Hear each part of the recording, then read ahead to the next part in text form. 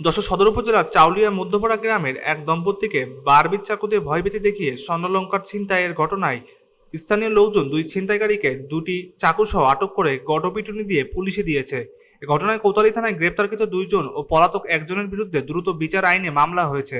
মামলার আসামিরা হচ্ছে গ্রেপ্তারকৃত যশোর সদর উপজেলার মুন্সেবপুর হাই স্কুল পাড়া এলাকার মাহবুব রহমান ওরফে ভুট্টোর ছেলে তৈদুল ইসলাম, বাগারপাড়া উপজেলার রাঘবপুর গ্রামের রাহুল আমিনের ছেলে শিমুল হোসেন ও পলাতক সদর উপজেলার চাউলিয়া মধ্যপাড়া গ্যাস লাইনের পাশে মৃত চান মিয়ার ছেলে জাহিদ হাসান মানিক। গ্রেপ্তারকৃত দুজনকে শনিবার বিকালে আদালতে সোপর্দ করেছে।